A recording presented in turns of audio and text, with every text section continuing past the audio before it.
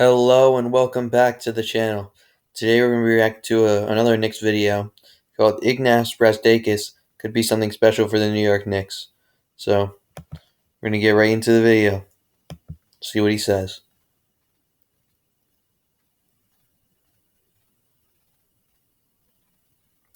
With rookie Zion Williamson and John Morant getting all the attention and spotlight in this year's draft, there are a lot of rookies that people are sleeping on. Guys who had solid rookie campaigns like Darius Garland, PJ Washington, and Brandon Clark, and Rui Hachimura, but were overshadowed by Zion Of course. And every draft class, there are always late draft picks that surprises everyone and become solid role players and even stars for their teams in the NBA.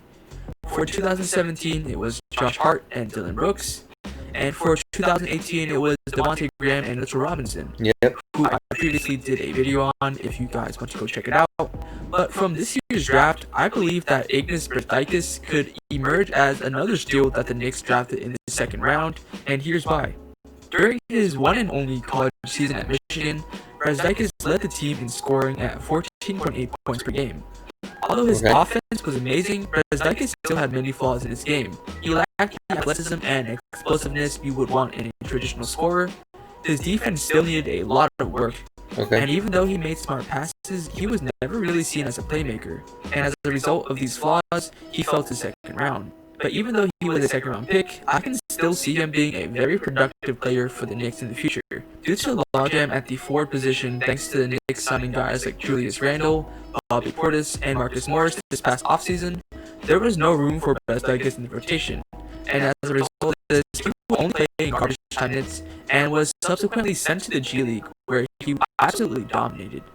On the Westchester Knicks, Brazdeikis was the number one scoring option as he averaged 20.9 points, 7.2 rebounds, and 3.1 assists per game, 50% field goal percentage as well. 50% from the field and 34% from three. Being sent to the G League was definitely a blessing in disguise, as it allowed him to gain valuable learning experience, as he would actually get to play against NBA-ready players instead of just rotting on the bench and watching the New York Knicks get blown out each night. Playing in the G League allowed him to show off what he was already known for.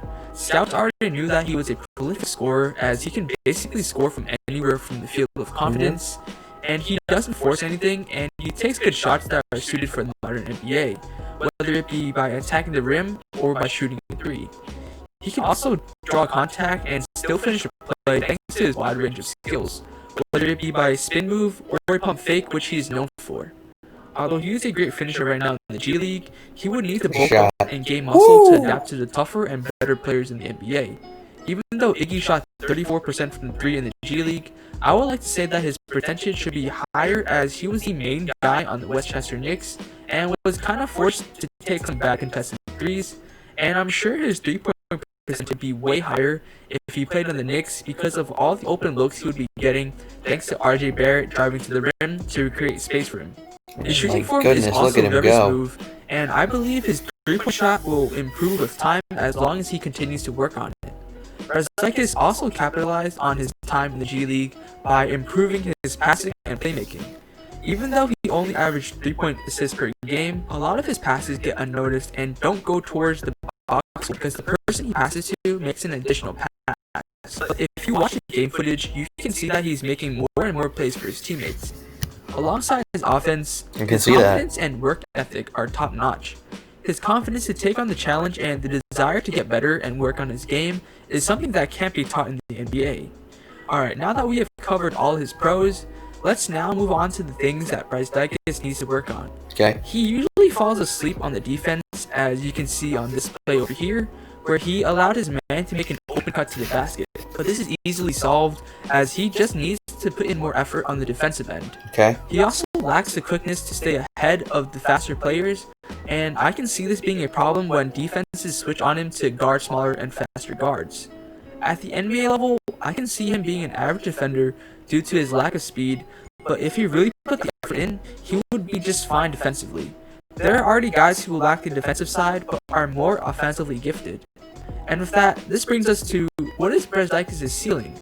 Well, I think he would be a great small forward who would provide much needed spacing for the Knicks, as they currently don't have any amazing 3-point shooters. Just imagine a RJ Barrett and Mitchell Robinson pick and roll, and then the defenders collapse on RJ just for him to dish it out to Brazdeikis, who could splash that open three. I could see him averaging 12 to 15 points per game as the fourth option behind RJ Barrett, the 2020 first round pick, and Mitchell Robinson. I don't think he could ever be an all-star type of player, but a key role player, definitely. I just hope the new coaching staff are more young player oriented instead of having the veterans take up all the minutes. I honestly have no idea what Mike Miller has been doing, not letting the young guys play more minutes. But with the Knicks searching for a new head coach, I hope that the coach has more faith in the younger guys than Mike Miller did. And yeah, that wraps up this video, guys. Let me know what you thought of this video. Did you agree or disagree with what I said? And alright, guys, that was an interesting video. Now, I liked watching Brazdeikis play at Michigan. Well, he played there in college. However, I didn't know how he was doing that good in the G League. I agree with him. I think he could be a very good role player for the Knicks in the next few years. But he has to develop a little bit first. So I do hope our new head coach is Kenny Atkinson. Because if he saw what he did developing all the young players on the Nets, I sure believe he could do the same thing with the young players that the Knicks have. So I really hope that he is hired to be our new head coach. Now, I hope you guys enjoyed the video. The original video will be in the description down below. And leave your suggestions for videos I should watch next in the comments down below. Hope you enjoyed, and peace.